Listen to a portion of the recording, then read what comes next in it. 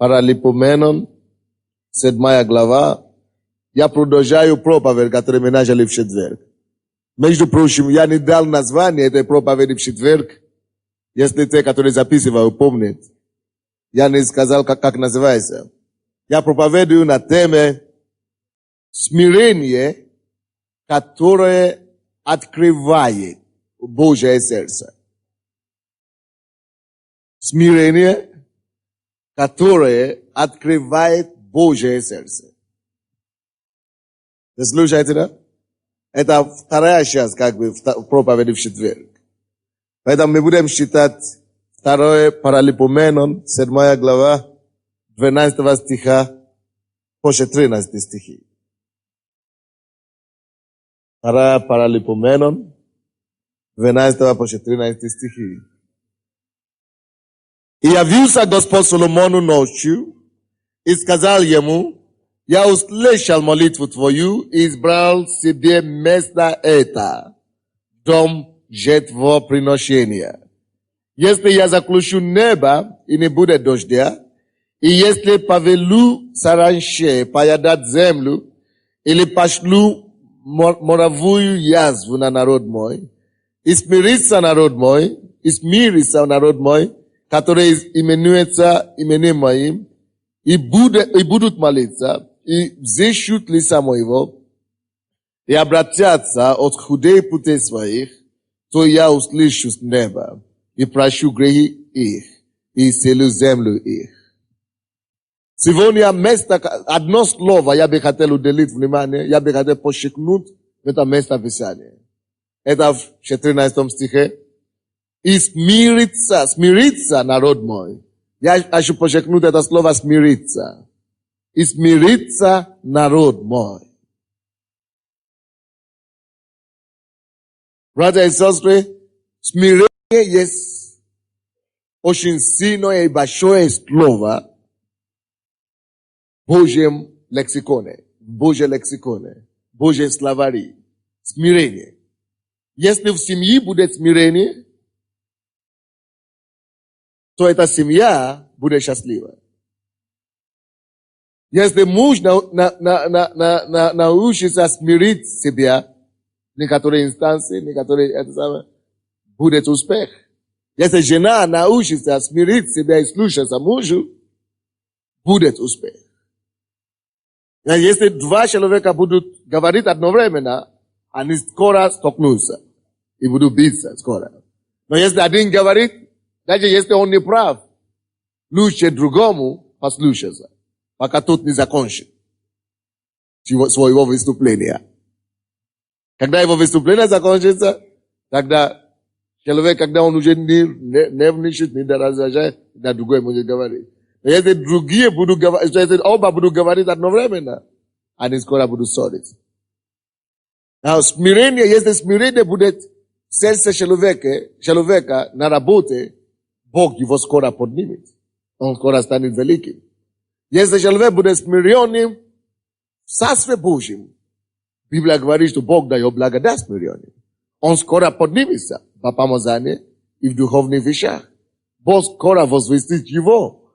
То есть смирение открывает дверь величеству в духовном мире и в Царстве Божьем.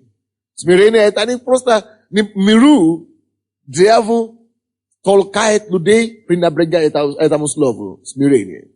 Миру, дьявол толкает людей, чтобы они возгордились, и чтобы они,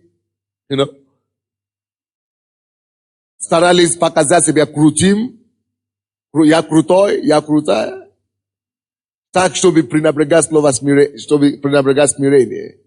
И они думают, что этим они станут более уважаемыми или более какими-то респектабельными.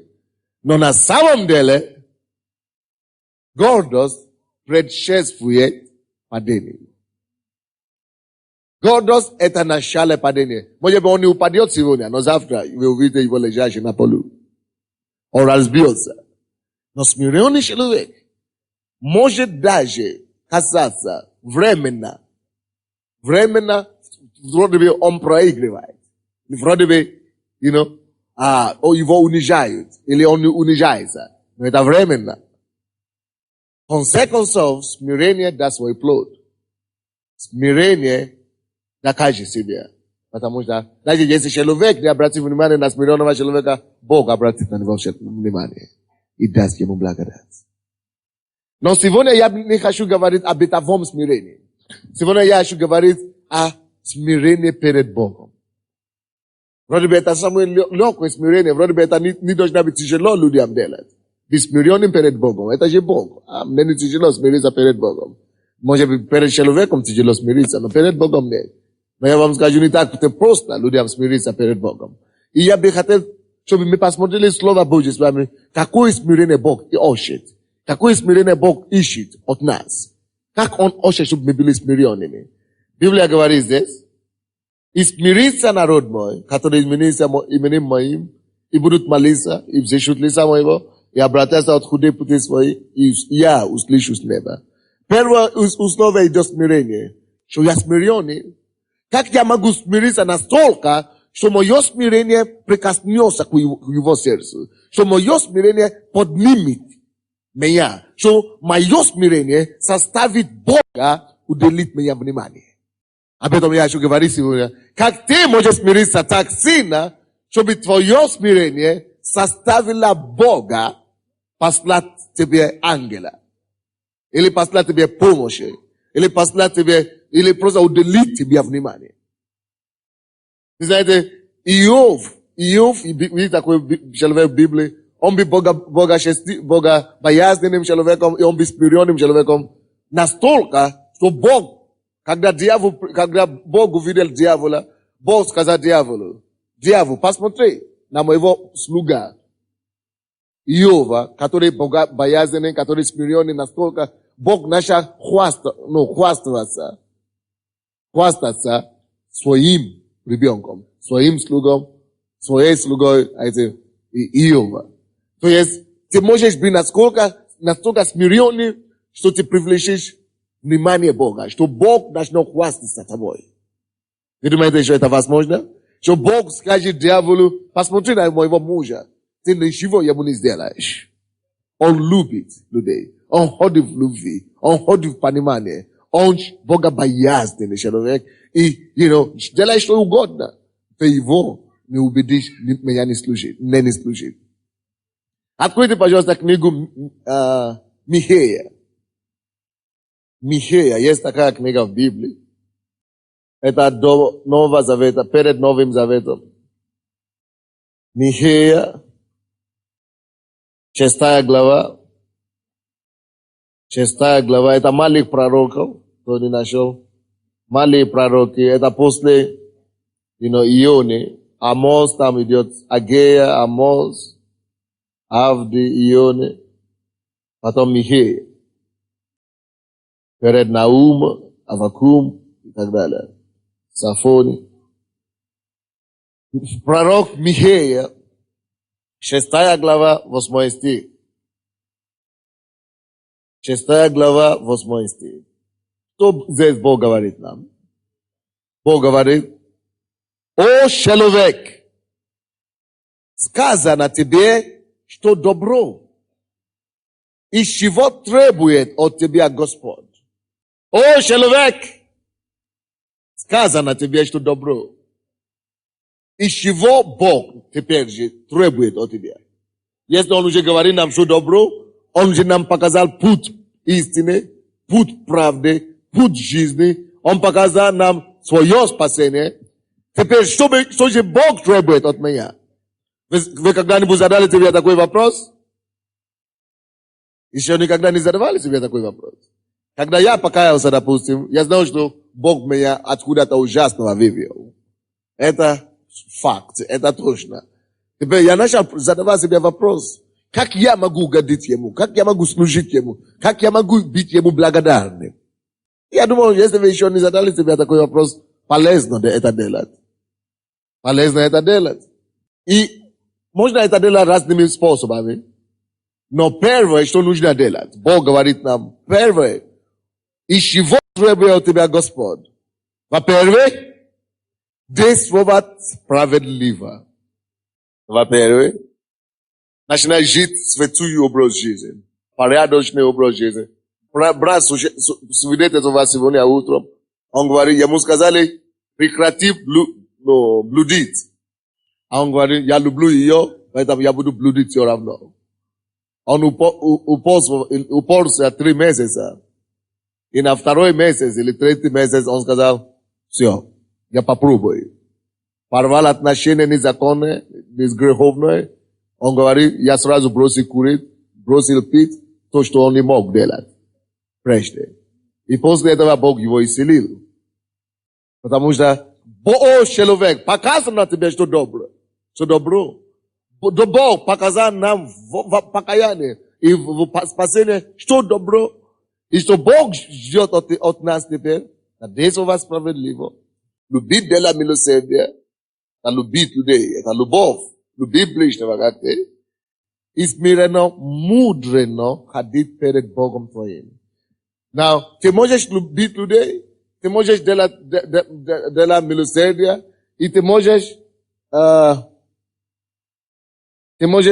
действовать справедливо, ты можешь ходить в святости, но если ты не будешь ходить перед Богом в смирении, ты потеряешь все то, что ты приобрел.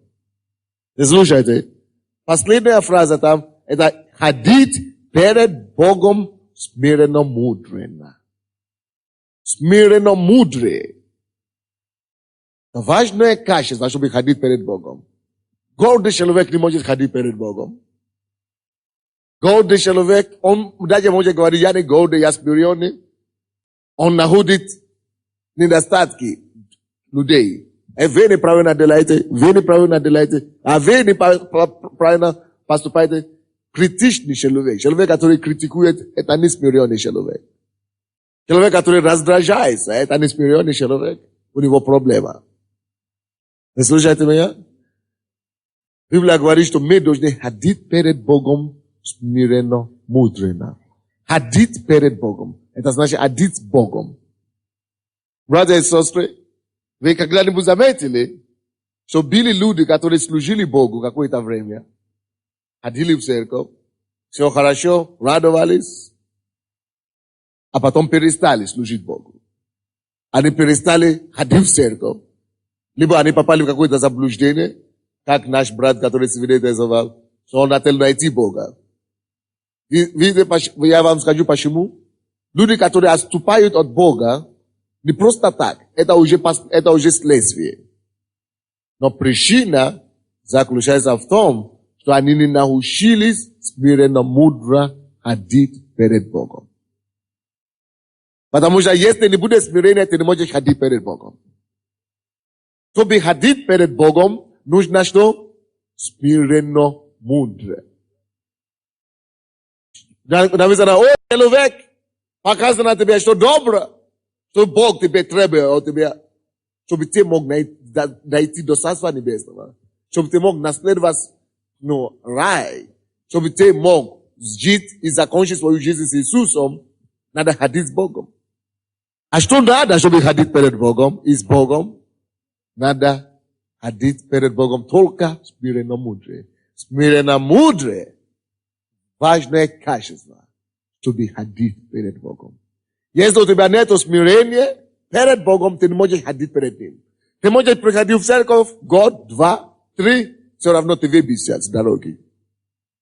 Потому что несмиренный человек, когда он пытается ходить в церковь, он всегда будет находить соблазны в церкви. Он не сможет любить людей, как Бог говорит любить. Бог говорит любить все людей, независимо как они выглядят. Или как они поступают. Несмотря на их дело, люби их все равно. Но человек, который не имеет смиренно мудрее, он говорит, почему он такой? Почему она такая? Они все не такие, как я хочу, чтобы они были. Пойми, дорогой, никогда все не будут, как ты хочешь, чтобы они были. Бог сотворит каждого человека специфически, по своему образу, но по индивиду. Кто-то нас говорит, о, я заболел, никто не приходил ко мне в гости. Нету любви в этой церкви. Или, меня видели на улице, не приветствовали. Поэтому я не приду в церковь. Это называется гордыня. Вы знаете, Это потому что ты должен ходить, этого человека нету смиренно мудрее. Если ты ходишь перед Богом, и у тебя есть смиренно мудрее, ты любишь всех людей. Несмотря на то, что они делают. Ты ходишь перед Богом, не перед людьми. И написано смиренно мудрее ходить перед Богом. Не перед пастором, не перед членом домашней группы, не перед лидером домашней группы. Перед Богом. Кто-то скажет, неправильно говорили обо мне. Слухи распространяют обо мне. Я не такой, а они говорили, я такой делал. А я такой не делал. Поэтому я позже приду в церковь. Ерунда. Перед кем ты ходишь? Это значит, ты не смиренный. Если ты ходишь перед Богом, на самом деле, ты не будешь обращать внимание на то, что люди говорят о тебе. Ты будешь смиренно мудро ходить перед Богом. Скажите, перед Богом. Я должен ходить перед Богом. Я живу перед Богом. Мое смирение должно быть видно Богу. Мы можем делать много фальш, много окраски, много, фасон или фасад, хороший фасад и красивый, но Бог смотрит на сердце. Вы помните историю, когда Бог сказал пророку своему Самуилу идти выбрать себе царя над Израилем. Самуил пришел, и он начал смотреть на этих людей, которые стояли перед ним. И он видел одного хорошего телосложения, сильный мужик, похожий на царя. Очень хорошо похожий на царя. О, вау. Хороший физик. Вот эта фигура, это царь будет. Но Бог говорит, ты ошибся, дорогой. Не он царь. Он пошел дальше. Другой хорошо говорит. Красноречивый такой. Он все говорит все время. О, наверное, ты будешь царем. Бог говорит, опять ты ошибся, дорогой. Это не он, не он царь. Он выбрал сам по своим качественным данным, пытался выбрать царя. Но он не нашел ни одного из них. Их было 9. А потом, когда он прошел всех, Бог сказал ему, в этом доме еще есть мой царь. Он говорит, где он? Папа, где твои дети? Где все твои дети? Он говорит, это все? Он говорит, это все. Он забыл, что у него еще есть один ребенок дома. Представляете себе такое? Папа забыл, потому что самый главный, они уже здесь. Он хотел, чтобы один из них был царем. Но Бог хотел по-другому. И он говорит, я вспомнил. Что ты вспомнил? Что еще у меня есть один маленький такой, он вообще его нету дома. Ему предупредили, что идет тебе помазанный, чтобы выбрать царя из твоего дома. Собери всю свою семью, я приду, выберу кого-то из них, он собрал всех, а этого вообще он забыл, что он есть. Представляете себе такое? Представляете себе такое, да? Вообще он вещи, не считай его за человеком. Может быть, ты такой тоже. Никто тебя никогда не считает за человека.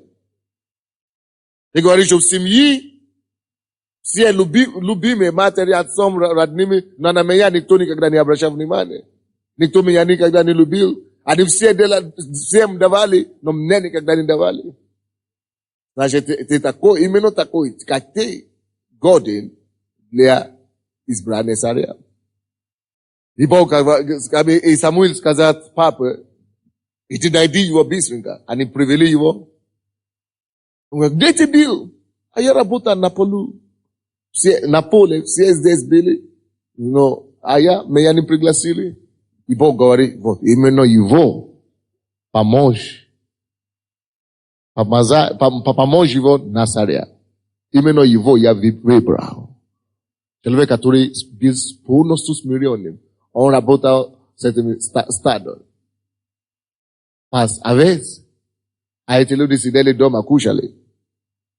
Бог говорит, именно его я выбрал. Он был настолько смиренным, что на него даже не обращали внимания. Он был настолько смиренным, что даже у него ни одного шанса не было. Он служил. Слушай, не бойся смирять себя. Не бойся быть слишком смиренным. Нет такого понятия быть слишком смиренным. Не бойся быть, не бойся уничтожить себя. Потому что тогда Бог на тебя обратит внимание. Не слушайте меня? Бог обратил на Давида внимание и выбрал его царем. Его братья, которые были крупными и большими, они стали его слугами потом. Бог говорит: о, человек, показано тебе, что добро, что теперь Бог хочет от тебя. Да из вещей, которые Он хочет от нас, прежде всего, ходить перед Ним смиренно мудро. Человек, который не может быть смиренно мудро, не может ходить перед Богом. Отметьте себе это. Чтобы ходить перед Богом, надо быть смиренно мудро. Вы знаете, часто люди приходят в эту церковь, мы приглашаем их. Кто первый раз хочет принять Иисуса? Ты знаешь, что ты грешник? Каждый, конечно, кто не знает, что он грешник? Только дурак. Каждый знает, что он грешник. Он сидит там. Ты знаешь, что ты грешник? Выйди сюда, покайся. В душе он знает, что ему надо выйти туда. Это его место там. А он говорит: не, неудобно, не. Что обо мне скажут? Что обо мне скажут? Как это я выйду перед всеми? Не. Это это гордыня пытается тебя уничтожать. Вот таким образом. Ты знаешь все равно, что ты такой. Но послушайте. Человек, который должен ходить перед Богом, он смиренно мудрый человек. Он смиренный человек. Почему именно слово смиренно мудрый? Есть два сочетания там. Смирение, мудро. Смирение – это мудрость. Слышите? Смиренно мудрый. Если ты мудрый, на самом деле, ты будешь смиренным. А те, которые говорят: я большой, я крутой, на самые большие пустота. Это самое. Но ничего там нет. Обычно, когда люди шумят, там ноль. Люди, которые мудрые, они смиренные. Они реально оценивают свое состояние. Они дают себе реальную оценку. Вы заметили, что прежде чем вы могли получить спасение, вы сначала склонили свое сердце перед Богом. Только потом Бог даст вам знать, что есть Бог. А те, которые говорят сначала: докажи мне, что Он есть, а потом я приду, это гордость. Такие люди никогда не придут. Потому что они увидят какое-то доказательство и скажут, что это случайно. Не, что-то там не то. Они никогда не будут получить удовлетворение, потому что они не могут ходить перед Богом. Такие не могут ходить. Даже если они придут, я приду к Богу, я покаюсь. Но Бог же смотрит на сердце. Пока у них не наступит такое состояние смиренно мудрым, они не переживут спасение на самом деле. Поэтому, вы знаете, не все, кто выходит сюда даже на сцену, получают возрождение. Потому что их сердце должно быть полностью покорено Богу. Прежде чем Бог мог явить себя им Его благодать. Братья и сестры, нам нужно смирение, чтобы спасти нашу душу. Иисус говорит: будет много испытаний, будет землетрясение, будут испытания, будет то, будет другое. Но с терпением вы спасаете свою душу. Терпение и смирение, они близнецы. Аминь. Давайте пойдем дальше. Но я хочу говорить больше, глубже о смирении перед Богом сегодня. Есть смирение, когда ты один перед Богом. Когда ты склоняешь свое колени перед Богом. Смирение заставляет тебя видеть свое состояние ничтожества перед Богом. Смирение открывает твои глаза на то, как Бог тебя видит. А что Бог видит? Бог видит, что наша праведность перед Ним, она как запашная одежда. Если ты смиренный на самом деле, ты начинаешь видеть в себе, что я не такой святой, как я думал. Я не такой праведный, как я думал. Вся моя праведность перед Богом, она как запашная одежда. Я грязный, я никуда не годный, я грешник, и я нуждаюсь в прощении всемогущего Бога.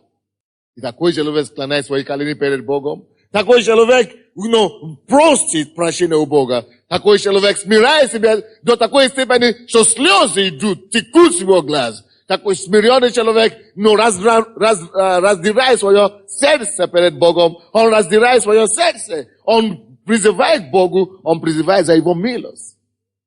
Смиренный человек, который будет ходить перед Богом, это человек, который может разделять свое сердце. Человек, который может слезами просить у Бога за прощение. Человек, который может трезво оценить свою ситуацию перед Богом и говорить: Боже мой, я нуждаюсь в тебе. Вот такой человек получит восхищение и понятие. Притчи, давайте откроем Притчи 22 глава. Притчи 22, 4. 22, 4. 22, 4. Притчи.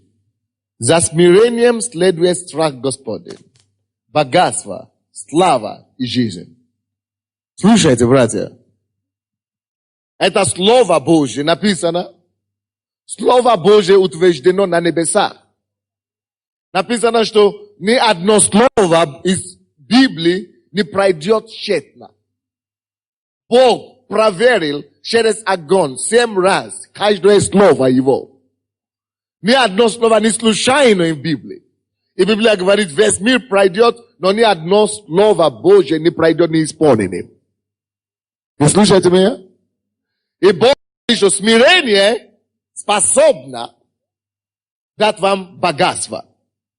Смирение способно дать вам славу в этой жизни. Смирение способно дать вам, что еще там? Жизнь в этой жизни. Смирение даст вам страх Господа.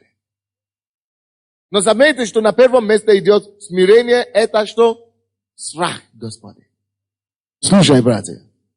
Только когда у тебя в твоем смирении отразится в страхе Господне, только тогда последует за тебя слава, богатство и жизнь. Многие из нас думают, что мы смиренные. Многие из нас думают, что мы смиренные, правда? Но почему наше смирение не дает нам богатство? Почему наше смирение не дает нам славу? Почему наше смирение не дает нам жизнь? Потому что это смирение в наших глазах. А нужно, чтобы это было смирение в глазах Бога. Смирение перед Богом в Божьих глазах, это смирение, которое разбивает твое сердце. Если ты говоришь, что я смиренный, я смиряюсь тебе, Господи, я смиряюсь, и твое сердце не разделено, в это время ты просто говоришь своими словами, ты обманываешь себя. Истинное смирение, оно открывает душу. Истинное смирение, оно дает бремя в душе. Бремя молиться, бремя плакать и рыдать перед Богом. Бремя уничижаться перед Богом. Бремя просто, желание просто захочется, лечь. Просто простраться перед Богом. И говорит, Господь, ищи мое сердце. Девушки там, которые, я вас выгну на улицу сейчас. Если вы пришли в церковь, не слыша проповедь, а разговаривать между собой, тогда вам не место здесь. Я стараюсь молиться, проповедовать со всей моей энергией, а они там играют. Это смирение или наоборот? Есть смирение, которое привлекает Божье внимание. И гони за такое смирение. Ищи такое смирение. Ищи такое сердце. Молись Богу, чтобы Он дал тебе такое сердце. Настолько смиренное сердце, чтобы Бог знал, что ты смиренный. Чтобы твое смирение заставил Бога остановиться и обратить на тебя внимание. Это именно подобное смирение имел Давид. Он был настолько смиренным, что он был готовым не только служить папе и маме, но и братьям служить. Он был настолько смиренным, что он готов для работу всех. За них, пока они там ждут корон. Венец. Он пошел на поле, чтобы сделать работу, которая за всех их. Ищи твое сердце, разыскивай твое сердце, исследуй твое сердце. Какое у меня смирение, братья и сестры. Бог говорит, истинное смирение даст тебе богатство в этой жизни. Бог тебя найдет там, где ты находишься, даст тебе такую работу, которая даст тебе заработать больше, чем тебе нужно, когда Он будет знать, что ты на самом деле смиренный. Если ты на самом деле смиренный, Бог найдет способ, как возвысить тебя, и Он даст тебе славу. Люди будут посчитать тебя, люди будут уважать тебя, хотя ты смиренный человек. Если ты на самом деле смиренный, Бог найдет сотни способов, чтобы проложить тебе дорогу в этой жизни. Он поставит тебя на пьедестал по счету, когда никто не считается собой. Если ты можешь ходить перед Богом, именно ходить перед Ним, души каждый день, смиряя себя, прежде чем выйти из дома. Но склони свои колени перед Ним и плакать Ему, и говорить: Господи, я наг перед Тобой, я ничтожество перед Тобой, но Ты моя сила, Ты моя крепость, я на Тебя уповаю, я ничего не могу сам, Ты есть мой источник. Господи, я полагаюсь на Тебя, подними меня сегодня, яви Твою славу надо мною. Господь, я починаю Твоей воли, я хочу угодить Тебя, я буду ходить перед Тобой. Если Ты можешь на самом деле искренне от сердца, полностью смирить свое сердце, Бог имеет сотни и тысячи способов. Если у тебя есть искренний страх Божий в твоем сердце, если ты боишься Бога, ты боишься нарушить Его слово, ты боишься грешить, ты боишься не угодить Ему, ты боишься нарушить Его слово, ты ходишь трепетом и страхом перед Богом. Библия говорит, страх Господень дает богатство. Вернее, смирение дает богатство. Дает славу. Жизнь. Братья, единственная наша проблема это то, что мы говорим, мы смиренные. Но Бог знает истину. Потому что Он смотрит не на слова, которые мы говорим. Он смотрит на наши сердца. Если ты смиренный, ты говоришь, что ты смиренный, и у тебя нечего кушать. Проверь свое смирение еще раз. Если ты говоришь, что ты смиренный, и никто тебя не уважает тебя. Проверь твое смирение еще раз. Проверь, как ты ходишь перед Богом. Потому что Слово Божье не может быть изменчиво. Смирение за смирение всегда следует страх Божий. За смирение всегда следует слава. За смирение всегда будет следовать богатство. Поэтому, если ты говоришь, что ты смиренный, я такой смиренный, что у меня нечего одеть, ни в чем одеть, ничего кушать. Привет! Да, потому что есть такие верующие, которые говорят, быть верующим, это значит быть смиренным, черный платок и нищество, беднота, надо быть бедным, а то ты уже гордился. Библия говорит, за смирением следует богатство. Так что если ты верующий, ты должен жить нормально. Или как ты это объяснишь? Я верующий, я хожу в церковь слова веры. Где ты работаешь? Нигде. Смирение называется. Если ты на самом деле смиренный, ты найдешь себе работу, от уборщицы устроиться. Вот я сейчас, задел, как это?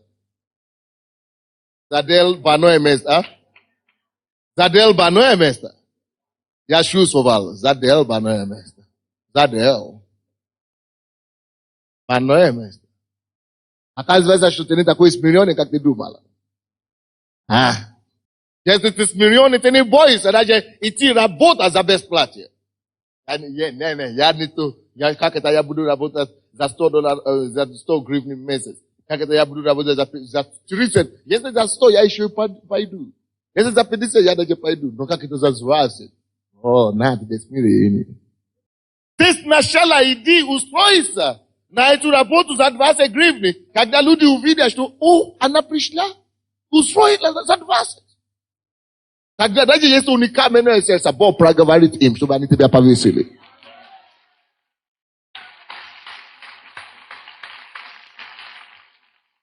А ты умный. Сначала поставьте мне ставку. Ну, 150 гривен. А ты без этого я начну? Или что-то. Сначала ставьте мне ставку. А как это я пойду? Как это я пойду без брата? Как это я пойду? Миллионы. А я церковь. Молюсь по 6 часов в день. От по 26 молюсь. Все равно не шива не будет. Но перед Богом нужно ходить. Вы понимаете? Ходить. Ходить. Так. Смиренно мудро. А без смирения не ходишь перед Богом. Что не наше. А то, что я делаю, что, как это называть? Религиозность. Даже есть такие люди, что ты благословляешь их. Брат, я только это, он просит, это как цыгане. Просишь тебя, он говорит, дай мне пожертвование, или что он просит, что они просят. Милостыни, благослови, или что они просят. Короче, дай мне что-то, у тебя нет? Нет. Ты даешь ему то, что у тебя есть. 5 гривен или 5 копеек. Он говорит, как это 5 пакетов не да? Он выбрасывает тебя в лицо. Такой человек, Бог будет ему судья. Он не избежит суд Божий. Никогда, пока он не покается. Вы увидите. Такой человек не избежит суд Божий, пока не покается. Не избежит. Не избежит. Я помню такой случай. Кто-то приходил ко мне в церковь, в офис, говорит, есть кто-то, кто нуждается. Он даже, человек это даже не ходит нам в церковь. Говорит, мы благословляем только членов нашей церкви. Только если у нас специальные программы. Но потому что вы просите за них, хорошо, мы дадим, по-моему, мы дали 30 чем-то гривны. Это даже не я даже не в курсе. Я просто сказал бухгалтерии, найдите, видели это женщины деньги. Я даже не знал. Видели ли? Я знал, что они должны, потому я сказал, они должны были видели. Это не пожертвование людей, которые приходят в церковь. Это не мои деньги личные. Я не могу распоряжаться, как хочу. Они должны видели потому, что у них в кассе. Не пойду же одолжить, потому что тебе нужно благословить. И однажды я получил конверт. Там написано «Пастор Sunday». Я читал. Оказывается, что это человек, он вернул, или они вернули, им дали 35 гривен. Это слишком мало. Как это вы унижаешь нас? Вы унижаете меня. 35 гривен мне, на вам ваши деньги. Я сказал, Господь, как это рассмотреть? Бог говорит, не переживай об этом. Отдай это мне. Такие люди, они никогда не будут жить уже в достатке до конца жизни. You know. Вы думаете, что это некоторые вещи шутки. Мы думаем, я смиренный такой, настолько смиренный, что я слишком большой, чтобы я получил 30 гривен благословения. Ты что, трудился за него? Иди работай на стройке, ты знаешь, сколько стоит 30 гривен. Но смиренный сердце, он благодарит Бога за все. Библия говорит, за все благодарите. Вы слушаете меня? Я начинаю говорить о практических вещах сейчас. Смиренный человек, он должен покаяться. А не смиренный, вы знаете, что он делает? Не, почему он рассказывает обо мне по всей церкви? Я обижаюсь. Если он не смирен, оттуда вы будете знать, смиренный ли он или нет. Он обидится. Как это пастор мне делает замешание. Как это перед всеми людьми он делает мне замешание. Библия говорит, что делай ему замешание перед всеми, чтобы другие могли тоже учиться. То, что Библия говорит. Здесь, если тебе делают замешание, и ты обижаешься. Не, как это так? Я делаю замешание. Добрый пожаловал в Царство Божие. Это ирония. Не в Царство Божие попадешь, а туда. Преисподнее называется. Я смеюсь, а я знаю, что она не совсем смешно. Но вы знаете, за все нужно радоваться. Аллилуйя. Библия говорит, о, человек, показано тебе, что добро, что же Бог требует от тебя сейчас? Ходить перед Ним смиренно мудрый. Поднимите свои руки и говорите, Господь, помоги мне быть смирен. Поговорите с Ним, поговорите с Ним. Давайте склоним наши колени и скажем Ему, Боже, помоги мне. Скажи Ему, я ищу искреннее покаяние, искреннее смирение. Я ищу божественное смирение, такое смирение, которое Ты хочешь. Такое смирение, Господи, которое угодит Тебе. Такое смирение, Господь, которое составит Тебе обратить на меня внимание.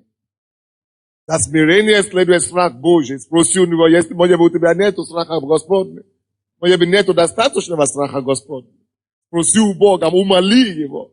Чтобы Он тебя помог быть смиренным, настолько, чтобы Его страх охватил тебя. Чтобы ты не бесчинствовал в Доме Божьем. Чтобы ты не пренебрегал Божью благодать и милость. Господь, мы не хотим пренебрежать Твою благодать. Мы не хотим пренебрежить свою милость Божью. Помоги нам быть смиренным. Иисус, мы раздираем наши сердца перед Тобой. Не наши одежды. Библия говорит, раздирайте сердца ваши, не одежда ваша. Богу не нужно раздирать ваши одежды. Он нужен, чтобы вы раздирали свои сердца. Но мы раздираем наши сердца перед Тобой. Помоги нам. Искреннее смирение, не бойся сплакать, рыдать, но умолять Богу. И за таким смирением следует богатство. За таким смирением следует слава. За таким смирением последует жизнь. Jesus is бетком. Проси такое смирение у Бога. Проси у Бога такое смирение, на которое Он обращает внимание. Проси у Бога такое смирение. Во имя Иисуса. Вторая книга Царств. 7 глава. Вторая книга Царств. 7 глава. Вторая Царств. 7 глава. 18 стиха по 22. 18 стиха по 22. И пошел царь Давид и предстал перед лицом Господа. И сказал, то я, Господи, Господи, и что такое дом мой, что Ты меня так возвеличил? Братья и сестры, знаете, когда царь Давид уже стал царем, знаете, когда он уже присел на престоле, он, посмотрите, как он молится. Он не говорит, Господи, я благодарю Тебя, что я царь этой земли. Я благодарю Тебя, что я здесь пастор, я здесь то, я то. Нет. Он говорит, Господи, кто я? И кто такой дом мой, что Ты меня так возвеличил? И этого еще мало показалось в ушах Твоих, Господи мой, Господи, но Ты возвестил еще о доме раба Твоего вдаль. Это уже по-человечески. Господи мой, Господи, что еще может сказать Тебе, Давид? Ты знаешь раба Твоего, Господи мой, Господи, ради слова Твоего. Посмотрите, как он молится. Абсолютное смирение. Вот почему Бог его нашел на поле. И привел его домой и поставил его царем. Абсолютное смирение. Абсолютное смирение. Господи, 21 стих. Ради слова Твоего и по сердцу Твоему Ты делаешь это. Не ради меня, не ради моей святости, не ради моего благочестия, ради имени Твоего. Ради сердцу Твоему. Открывая все это великое рабу Твоему. Посему велик Ты, Господи мой, Господи, ибо нет подобного Тебе, нет Бога кроме Тебя. Посему, что слышали мы своими ушами. Еще раз 18 стих. И пошел царь Давид и предстал перед Богом. Я уверен, что такую молитву он совершит с плачем, с рыданием. Он совершит такую молитву со слезами.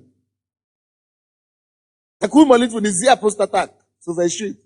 Когда он один перед Богом, ни по приказу, ни пока пастор ему не скажет, склони свое сердце или свое колени, или рыдай. Нет, он сам знал. Такое искреннего смирения. Он сам пошел, он царь, он президент. Пошел перед Богом, предстал перед лицом Господа и сказал, то я уничижал себя. То я. Он сам уничижал себя. Господи, Господи. И что такой дом мой, что ты меня так возвеличил. Братья и сестры, я бросаю вам вызов. Будьте вот именно такими перед Богом. Не случайно Бог сказал о Давиде, я нашел человека по сердцу моему. Что такое сердце Бога? Смирение. Смиренный дух — это сердце Бога. Нашел я человека по сердцу моему. Нашел я человека по сердцу моему, я возвеличил его. Пускай Бог найдет тебя в смиренном месте. Пускай Бог найдет тебя в месте плачи. Пускай Бог найдет тебя в месте смирения. Пускай Бог найдет тебя и возвеличит тебя также. Смири свое сердце перед Ним. Научитесь смиряться перед Богом. Научитесь разделять свое сердце перед Богом. Найдите говорить Богу, что я никто, я ничего не могу. Но людям говорите, в Боге я все могу. Во Христе Иисусе я все могу. Но перед Богом ты должен унижаться. Это не обозначает, что я должен ходить по всем родственникам и по всем членам церкви. Я никто, я не смирен, я и плачешь везде. Нет. Я говорю перед Богом. Почему я прихожу здесь, я проповедую здесь навечно, я заявляю, потому что прежде, когда я был с ним, я уже разделял мое сердце с ним один комнате. А здесь, поэтому я смогу быть смелым, как лев. Потому что я знаю теперь, кто я во Христе, на какой платформе я стою. Платформе благодати Божьей. Мы должны научить себя это. Когда мы обращаемся к Богу, приходи к Нему благоволение. Благоговение. Аллилуйя. Откройте быстренько, пожалуйста, Иаков 4:10. Иаков 4:10. Послание Иакова 4:10. Я быстро закончу сейчас. Я знаю, что наше время подходит. Смирение и терпение — это одно и то же, братья. Смирение и терпение — тоже. Не успеем опраздновать свадьбу. Аллилуйя. 4:10, Иаков. Смиритесь перед Богом, вернее, смиритесь пред Господом и вознесет вас. Смиритесь перед Господом, и Он, что сделает, вознесет. Возвещение идет через смирение. Ты говоришь, что нужно смиряться только в церкви. Нет. Даже на работе, даже если ты неверующий, твой начальник. Научись смиряться, служи ему как Господу. И Бог тебя вознесет. Даже если все вокруг неверующие, ходи в смирение все равно. Ты ходишь не перед ними в смирение, ты ходишь перед Богом в смирение. И Он убедится в том, что ты возвеличен. Там, даже верующим миру. Они не будут понимать, почему тебя поднимаются. Хотя они будут смеяться первое время. Над тобой будут напрягать тебя первое время. Это всего лишь первое время. Когда они увидят, как Бог начинает возвеличить вас, они уже не смогут это отрицать. Миритесь перед Богом и вознесет вас в свое время. Кто вознесет? Начальник. Что там написано? Начальник. Не понял, не слышал. Кто вознесет в свое время? Бог. Только Бог вознесет в свое время. Мы не ждем возвещения человека. Откройте Деяния апостолов 20:31. Деяния апостолов 20:31. Настоящий смиренный человек. Павел был смиренным человеком. И когда он учил людей, когда он говорил о Слове Божьем, он это делал, не боясь со слезами. Братья и сестры, разбитое сердце, смиренное сердце, она не удерживает слезы. Потому что он понимает сердце Бога. Потому что этот человек знает, что он перед Богом. Он видит себя с картиной Бога. 20:31 Библия говорит. Поэтому бодствуйте, памятуя, что я 3 года, день и ночь, непрестанно со слезами учил каждого из вас. Павел, он великий апостол. Он не говорит, я такой великий в вере, я сильный в вере, я больше вас молюсь иными языками, поэтому чтобы не плакать, чтобы не плакать, чтобы не плакать. Он понимал, что Бог любил этих людей. Он понимал, что эти люди идут ад без Бога. Он понимал, что если эти люди не удержатся за Богом, они погибнут. И он учил их. Учил их день, учил их днем, он учил их утро, он учил их даже ночью. И каждый раз он со слезами, пожалуйста, приходите к Богу. Пожалуйста, удержитесь за Христом. Пожалуйста, спрямите в Царство Божие. Он со слезами учил их. С ревностью учил их, со страстью учил их, со слезами. Потому что любовь, когда любовь переполняет человека, это нельзя удержать слезы. Душа плачет, глаза плачут, льются слезы. Потому что действительно ты всем темпераментом, всей жизни ушли. Почему слезы? Откуда эти слезы брались? Человек смиренный. Сердца, он в сердце смиренный. Он человек разбитый перед Богом. Он сокрушенный перед Богом. А сокрушенное сердце, Бог как знает. Я говорю о таком смирении, которое сокрушается. Я говорю о таком смирении, которое действительно не стесняется, но делать что угодно, и склониться перед Богом, и лечь перед Богом, и плакать перед Богом. Человек, который знает свое состояние, что Господь, ты Бог, а я никто. Вы смирение. Оставляет Бога. Еще одно место Писания мы закончим. Третья книга Царств. Третья книга Царств. Третья книга Царств, 3 глава. Третья книга Царств. 5 по 10 стихи. 3 стиха по 5 стихи. И возлюбил Соломон Господа, ходя по уставу Давида, отца своего, но и он приносил жертвы и курения на высотах. И пошел царь Гаваон, чтобы принести там жертву, ибо там был главный жертвенник. 1000 всесожжений вознес Соломон на том жертвеннике. Гаваоне явился Господь Соломону во сне ночью и сказал Бог, проси, что дать тебе. Сказал Соломону, ты сделал рабу твоему Давиду отцу моему великую милость. И за то, что он ходил перед тобой в истине и правде, искренним сердцем пред тобою, ты сохранил ему эту великую милость и даровал ему сына, который сидел на престол его, как это и есть ныне. И ныне, Господи Боже мой, ты поставил раба твоего царем вместо Давида, отца моего, но я отрок малый, не знаю ни моего выхода, ни входа.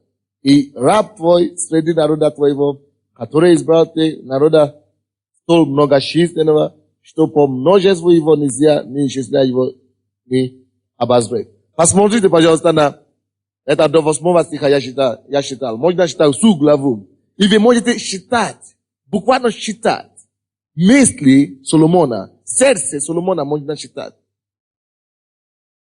Он был царем, но он себя назвал рабом Господа. Он был умным человеком, но он говорит, твой раб не знает выхода и не знает входа. Я ничего не знаю сам по себе. И Бог спросил у него, что ты хочешь? Благодаря, что он такой смиренный, он видит свое состояние искренне перед Богом. Он видит, насколько он беспомощный перед Богом. И благодаря этому смирению он мог просить. Он говорит: Господь, я не знал ни входа, ни выхода. Поэтому я прошу тебя мудрость. Если вы считаете дальше. Потому что он знает, что он смиренный. Я ничего не могу. Я раб. Я вообще не стал. Поэтому я прошу тебя, дай мне мудрость, чтобы управлять твоим народом. Бог ему дал мудрость. И скажите мне, что последовало за этим. Слава, богатство. И он стал мудрость. Он стал самым мудрым человеком на земле, который когда-то жил. Он стал самым богатым человеком, который когда-то жил. Потому что он имеет сначала смирение. Обычно, когда мы говорим с вами о Соломоне, мы говорим о его великой мудрости и так далее, что он был мудрым. Слушай, до мудрости что-то его привело к этой мудрости. До этой славы, что-то привело его до этой славы. Называется смирение. Давайте склоним наши сердца перед Богом. Группа прославления, давайте придем. Будем просто поднимите ваши руки перед Богом, склоните ваши колени и скажите: Господь, научи меня быть смиренным. Научи меня быть смиренным. Научи меня быть смиренным. Как Давид, как Соломон, как Павел, который слезами молил тебя, который со слезами проповедовал твое слово, который со слезами день и ночь не перестал учил. Господь, научи нас быть искренне смиренными. Научи нас смиренно мудрее. Господь, я обращаю тебя о своей жизни. Господь, я хочу быть смиренным больше. Дай мне времени просить это у тебя, Господь. Дай мне возможность благодать, Господь. О, смири себя перед тобой. Разделяй свои сердца. О, Господи. Давайте помолимся и проси у него за себя. Открой ему твою жизнь. Открой ему твое искреннее покаяние. Измени то состояние. Скажи ему: Господи, я такой. Я такой. Помоги мне. Я такой. Научи меня. Я такой, Боже. Я смиряюсь перед тобой. Закройте свои глаза и помолитесь Господу. Склоните ваши колени и ваши сердца перед Ним. Скажите ему: Господь, я хочу Тебя познать. Тебя лично. Дай мне смирение, чтобы познать Тебя. Дай мне смирение, чтобы познать Твое лицо. Тебя конкретно. Твое имени. Чтобы познать Тебя, Господь. Помоги мне. Дай мне смирение и сердце. Принимайте от Господа духа смирения. Принимайте от Господа смиренно мудрое во имя Иисуса. Скажи Богу: Господь, я ищу Твое лицо. Я молю Тебя. Я молю Тебя. Я ищу Твое лицо. И открой себя мне. Открой себя мне, Иисус. Твое лицо ищу. Скажи ему. Скажи ему. Kalabaka sakata baba. Ile boseka baba leke te bole